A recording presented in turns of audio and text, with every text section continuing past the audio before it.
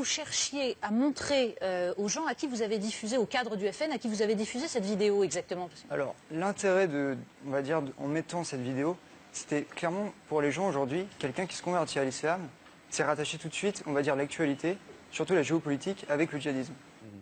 Pour moi, c'était un petit peu de montrer quelque chose d'iconoclaste, dans le sens que le Coran, finalement, on connaît, on va dire, les choses qui font polémique avec le djihad, mais ces éléments sur la science, peu de personnes les connaissent. Donc, finalement, c'était de montrer ça. Quand même, vous n'êtes pas naïf, vous savez très bien que s'il y a un parti politique où peut-être l'islam est mis un peu à distance, c'est quand même celui que vous avez choisi. Vous le savez, ça, non? Non, parce que le Front National, aujourd'hui, a vocation à rassembler tous les patriotes. Ah mais bien sûr, absolument, je conteste pas ça. Mais enfin, le Front National se déterminerait plutôt par rapport à l'Église chrétienne que par rapport au Coran. Non, non. Même. Non? Non, je ne suis pas d'accord là-dessus. Ah bon? Mais non, vous dites même que l'islam et le Front National ont des valeurs communes. Est-ce que vous pouvez nous expliquer ça? Oui. Dans le sens qu'aujourd'hui, le Front National, et par rapport aussi à l'islam, le Front National, il veut remettre la Banque de France en place. Si aujourd'hui on emprunte sur les marchés privés avec des taux d'usure qui sont exorbitants, ce qui a explosé, on va dire, les intérêts de la dette, et cette chose, finalement, dans le Coran, on interdit, on va dire, de prêter avec taux d'usure parce qu'on sait que ça nuit. Donc ça, c'est un premier point en commun. Après, l'autre chose que je trouve, on va dire, similaire, c'est que par la sphère médiatique, aujourd'hui, le Front National, il est diabolisé, il a été diabolisé. À chaque fois qu'il disait quelque chose, on le reprenait, on mettait l'accent dessus pour, on va dire, montrer quelque chose de négatif. Et pour les musulmans, c'est la même chose. Aujourd'hui, on diabolise les musulmans. Vous savez que maintenant, quand on se convertit à l'islam, c'est non, on ne part pas faire le djihad, tout le monde est inquiété. Ouais.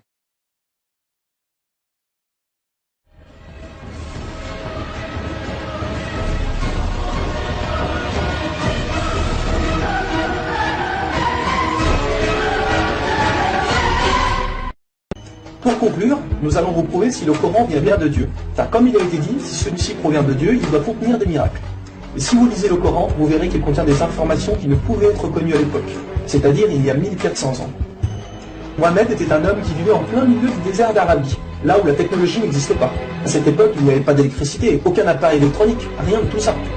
Les gens vivent de la terre, se déplacent en chameau. Personne n'avait inventé ou même pu imaginer les choses telles que des sondes, les scanners, les satellites, etc. Et pourtant, dans le Coran, nous pouvons lire « Sous l'eau, il y a des endroits où il y a de l'eau douce et de l'eau salée. Et entre les deux se trouve une barrière invisible qui empêche les deux eaux de se compénétrer. C'est-à-dire que le sel de l'eau salée ne va pas dans l'eau douce. Ces barrières les empêchent. Les océanologues comme Jacques-Yves Cousteau ont découvert cela récemment grâce aux sous-marins où ils ont pu faire des prélèvements d'eau, etc. Qui, il y a 1400 ans, en plein milieu du désert, pouvait savoir qu'il y a des barrières invisibles dans l'océan? Il est écrit dans le Coran que l'univers est en expansion continuelle, c'est-à-dire que celui-ci ne cesse de grandir. Les étoiles s'éloignent les unes des autres constamment. C'est en 1920, grâce aux appareils très perfectionnés, tels que les télescopes puissants, que nous avons pu savoir que l'univers était en expansion continuelle. Qui, il y a 1400 ans, pouvait connaître cette information? Nous savons aujourd'hui que les montagnes sont comme des piliers et possèdent des racines.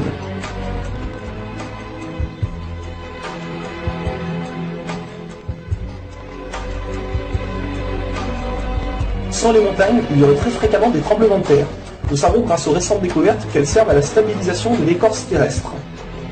Qui, une nouvelle fois, il y a 1400 ans, pouvait savoir que les montagnes étaient ancrées comme des piliers et que ceux-ci servaient à la stabilisation de l'écorce terrestre? Il est écrit dans le Coran que Dieu a créé les 7 cieux et la terre par le même nombre, c'est-à-dire 7. Nous connaissons aujourd'hui, grâce aux sondes qui vont sous terre, que la planète possède 7 couches terrestres. Le noyau interne solide, le noyau externe liquide, la couche D, le manteau inférieur, puis le manteau intermédiaire, le manteau supérieur et la lithosphère. Qui, il y a 1400 ans en plein milieu du désert, pouvait savoir que la Terre possédait 7 couches? Il était impossible de connaître cela sans la technologie récente. Il est aussi mentionné que les plantes ont des sexes, mâles et femelles. La découverte de la sexualité des plantes fut réalisée par Rudolf Jacob Comnenarius entre 1660 et 1720. Le Coran explique étape par étape l'embryologie, c'est-à-dire comment un enfant se développe dans le ventre de sa mère. Le professeur Ketmour, qui a aussi le prix Nobel au Canada de l'embryologie, a confirmé que cela se passait exactement comme indiqué dans le Coran, et a affirmé que ces faits ne pouvaient être connus il y a 1400 ans, et que par conséquent, ces informations avaient été révélées à Mohamed par Dieu. Un exemple, le Coran explique qu'à un moment, le fœtus a la forme d'une sangsue dans le ventre de sa mère. Et si on regarde les images des scanners, nous nous rendons compte que l'embryon a exactement la forme d'une sangsue et qu'il s'accroche à une paroi du corps comme le fait une sangsue. Le mot le plus adapté pour décrire cela est sangsue. Vous voyez comment les versets coraniques s'accordent parfaitement avec la science d'aujourd'hui? Pour savoir cela, il a fallu attendre l'arrivée de scanners, de caméras, etc. Qui, il y a 1400 ans, pouvait décrire en détail les étapes de l'embryologie? Pour ceux qui pensent que le Coran copie certaines civilisations, il faut savoir que certaines personnes auparavant avaient fait des suppositions et avaient pensé des choses qui se sont révélées vraies, mais ont aussi fait énormément d'erreurs, et que soi-disant le Coran les avait copiées. Donc par exemple, si vous prenez un mauvais élève qui copie sur un bon élève, si le bon élève a 18 sur 20, est-ce que le mauvais élève va avoir 20 sur 20? Non, bien sûr que non, car le mauvais élève aura copié les bonnes comme les mauvaises réponses, donc il aura aussi 18 sur 20. Alors si soi-disant le Coran copie les civilisations ou peu importe, comment se fait-il que le Coran extrait le vrai du faux? De plus que ces quelques civilisations ne faisaient que des suppositions. Or Mohammed affirme être sûr de tout ce qu'il dit. Le Coran contient plus de 500 versets dus à la science, sans aucune erreur ou contradiction. Et la technologie d'aujourd'hui ne vient pas contredire, mais confirmer tous les versets un par un du Coran.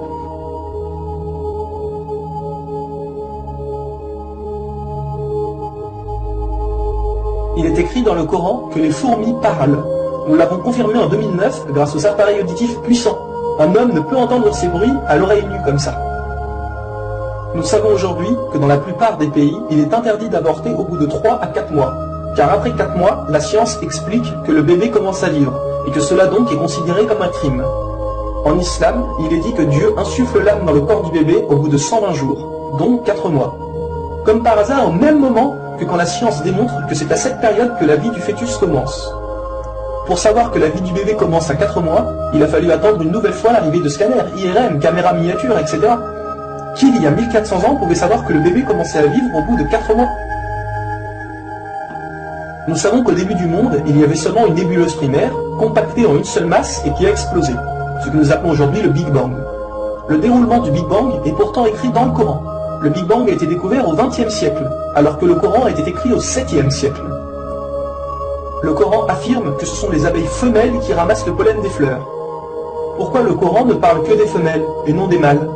Eh bien la science a découvert récemment qu'effectivement les femelles possédaient des organes que les mâles n'ont pas, et ceux-ci ne peuvent pas collecter le pollen des plantes. Encore et toujours, qui pouvait savoir il y a 1400 ans que les mâles n'ont pas les organes nécessaires pour le prélèvement du pollen? Il y a longtemps, les gens pensaient que la Terre était plate.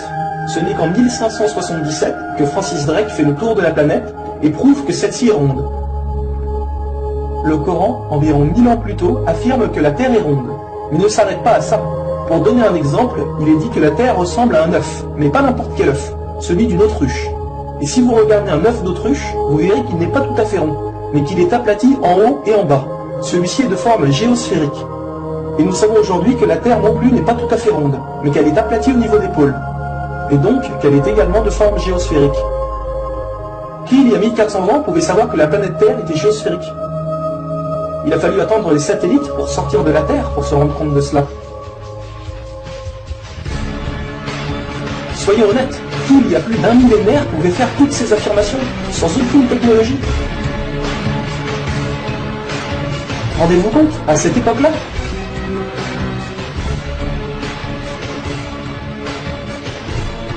Et soyez conscients que je n'ai donné que quelques exemples. Il y a plus de 500 versets qui parlent de science sans aucune erreur.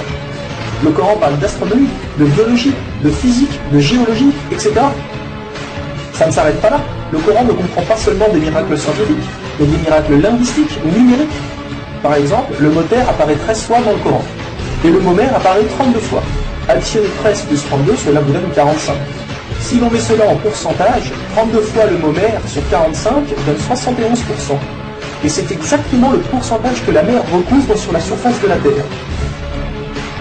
La mer recouvre 71% de la surface de la planète. Et 13 sur 45 donne 29%.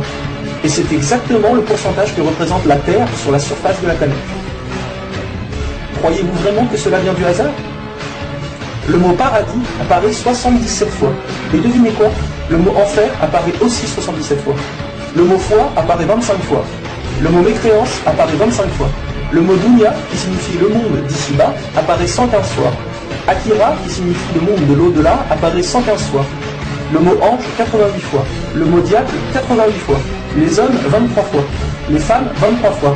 La vie, 145 fois. La mort, 145 fois. Bonne œuvre, 167 fois. Les péchés, 167 fois. Les 7 cieux apparaissent 7 fois. Et il y a encore plein d'autres exemples.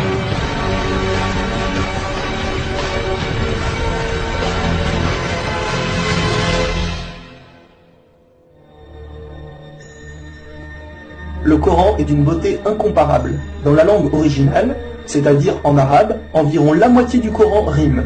Le Coran contient des palindromes. Un palindrome est un mot qui veut dire la même chose si on le dit à l'envers. Par exemple, Bob, à l'envers, vous aurez toujours Bob. Ou kayak, à l'envers, vous aurez toujours kayak. Un mot comme ça peut se trouver, mais une phrase entière, cela est quasiment impossible. Ou alors votre phrase ne voudra rien dire. Mais non, le Coran possède des phrases entières en palindrome, et ces versets ont un sens très profond. Le Coran ne possède aucune contradiction ou erreur. Je vais donner un dernier exemple avant de conclure. Vous allez vous rendre compte de l'extraordinaire précision du choix des mots. Dans un verset, Dieu dit qu'il n'a pas doté l'homme de 2 cœurs. Pourtant, un peu plus loin, Dieu parle aussi des femmes.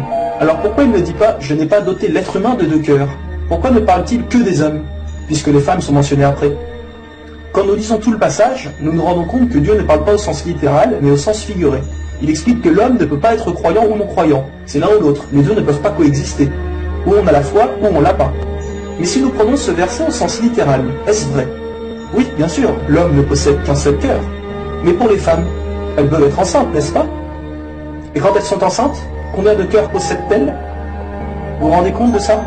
Si Dieu avait mis l'être humain au lieu du mot homme, un petit malin aurait pu dire « Hé, il y a une contradiction. Si on prend cette phrase au sens littéral, la femme peut avoir 2 cœurs quand elle est enceinte. » Mais non, même au sens littéral, cette critique est impossible. Que ce soit au sens littéral ou figuré, le Coran est inattaquable. Rendez-vous compte de la précision des mots. Il y a encore plein d'autres choses, mais cela prendrait énormément de temps de tout mentionner. Si cela vous intéresse, il existe de nombreuses conférences réalisées par des savants qui ont été filmées et qu'on peut trouver sur Internet, telles que la parole divine de Nouman Ali Khan. Vous avez bien la preuve que le Coran ne peut que venir de Dieu et non d'un être humain. Comment se fait-il que la technologie d'aujourd'hui, la plus développée qui soit, ne puisse créer un seul animal ou plante ? Ce que Dieu a créé, nous sommes incapables de le réaliser. Tout ce que nous construisons ne sont rien en réalité face à la nature. Dieu dit dans le Coran, pour ceux qui recherchent des preuves, regardez autour de vous, regardez la nature, l'être humain, l'eau, le soleil. Il y en a des preuves pour ceux qui réfléchissent.